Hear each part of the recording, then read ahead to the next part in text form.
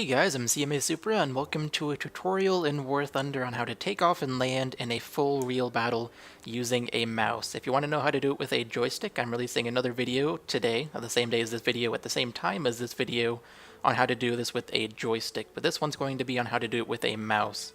So the first thing you want to do is go into your controls and go to Full Aircraft Controls, the basic tab, and then go to Mouse Usage and select Mouse Joystick.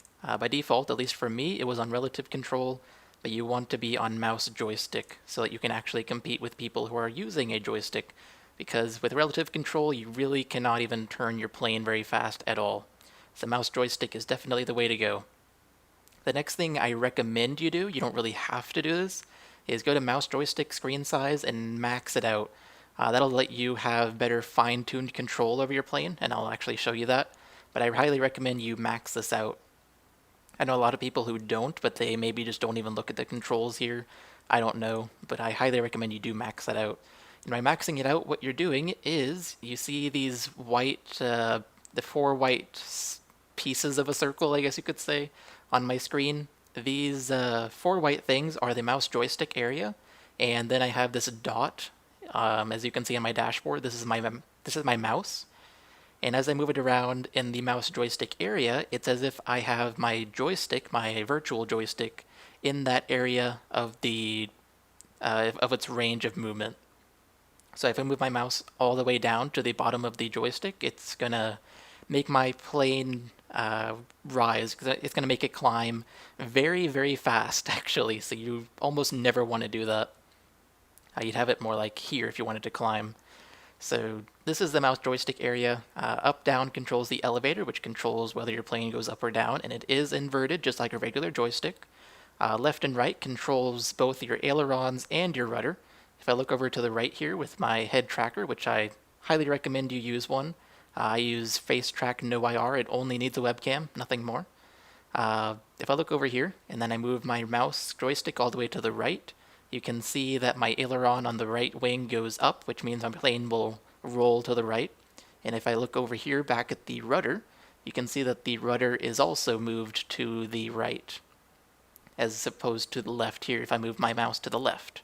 So this controls both your ailerons and your rudders, or your rudder if you have only one in a fighter, which in all likelihood you will. So that is the basics of the mouse joystick. So now we get to actually taking off in this plane. So the first thing you want to do is press I to start your engine, and that is just plain and simple, start your engine. There's really nothing else you have to do before you start your engine like you would in real life. The next thing you want to do is press F or use the bracket keys to the right of the P key, if you're using an American keyboard, to switch your flaps to takeoff flaps, and that'll give you more lift without creating too much more drag on the plane. The next thing you want to do is go ahead and throttle up. I'm not going to do it yet because there's a bit of explaining to do with throttling up. I'm somebody who likes to throttle up to 100% and call it good to go because it works for me. It works in most planes for me. I know most people, if you watch other tutorials on this, will say to throttle up slowly, but in my experience there's really no need for that, and it only keeps you on the ground longer than you need to be. It's better to be in the air. It really is better to be in the air for sure. So I don't recommend you throttle up slowly. I've always found 100% throttle to do me just fine, but if you're having trouble taking off after this tutorial, then try throttling up slowly. But in this plane, I know it can throttle up to 100% and do just fine. The nose won't hit the ground or anything like that, so I'm going to go ahead and throttle up to 100%. And the next thing I'm going to do is watch my mouse joystick. Because my plane is going left, I'm going to move my mouse joystick to the right. And the reason for this is the engine has torque, and the torque is pulling my plane to the left, so I have to counteract that by moving my mouse to the right. So once you're a little under 200 kilometers, move your mouse a little bit under the center of the joystick, and you are taking off because you're pulling your plane up. And then we want to raise the gear by pressing G, and then raise the flaps by pressing F. And you always want raised flaps when you're just doing regular flying, because it'll give you the highest top speed.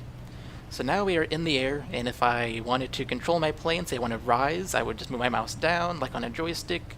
If I want to dive, do the opposite, and I do still have to consider the what was it called, the torque of the engine by keeping my mouse joystick slightly to the right.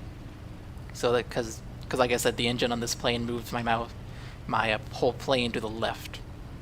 On some planes, the torque moves it to the right, in which case you'd have your mouse joystick on the left side. But in this case, it's on the right side because the torque takes this plane to the left.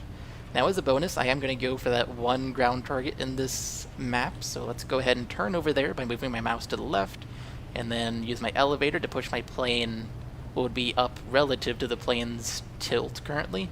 It's not up in the sky, but it's up relative to the plane's current tilt, like I said. And so we're going to go over here, and I am using my face tracker, head tracker, but I do highly recommend you use it because it only requires a webcam. Face track, no IR, and no, they're not paying me. In case any of you thought that. They're not paying me. So I'm flying over to this red dot. It's over to my right a little bit. Let's see if I can try to find it. Where would this thing be? Oh no, it's way over to my right. Okay, let's go further to the right and try to find it. Press Z to zoom, just like you would in arcade and historical battles. I am not seeing this enemy. Is it over to my right? Oh, yep, there it is. I see it. It is...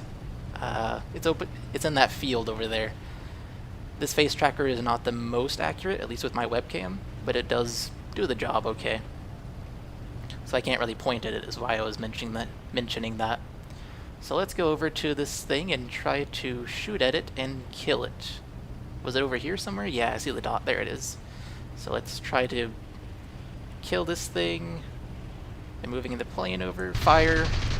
There we go. It is dead, and we can pull up, and we are not going to crash into the ground. So that's just a little bit of basic flying.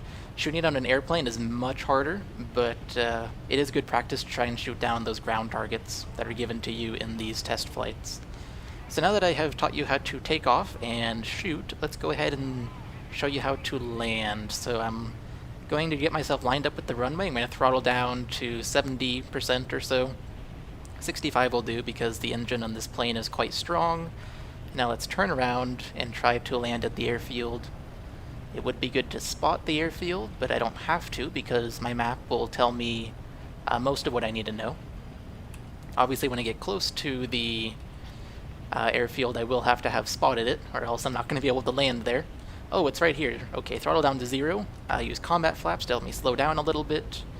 I'm not going to slow down in time, so let's go ahead and do another circle, actually. Now I'm going to keep my throttle at 0%. The speed we're going for is around 200 kilometers an hour, or a little bit under that. So that's my goal. You also want to kind of go down at the same time in altitude. Where's this airfield? There it is. Okay.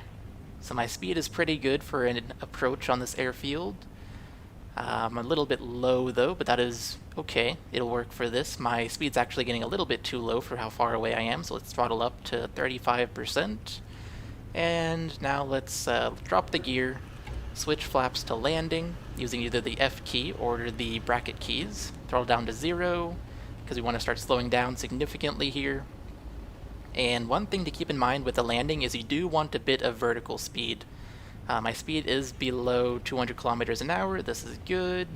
So keep my mouse joystick a lot below the middle of the joystick area. A bit of a bounce here, and then we just hold control, or whatever your throttle down button is, to brake. And I suggest that you move your mouse joystick somewhere in the bottom half of the mouse joystick area so that you can keep your nose up as you're braking here. And you saw I did almost actually hit the nose on the ground there. What I did to fix that was let go of control, because control is my brake button. And so I let go of it temporarily, and the nose went back up, and then I could press control even longer after the nose is back up to finish stopping.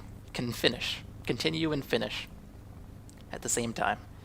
So there we go. That is a basic tutorial on how to take off and land, as well as shoot a ground target.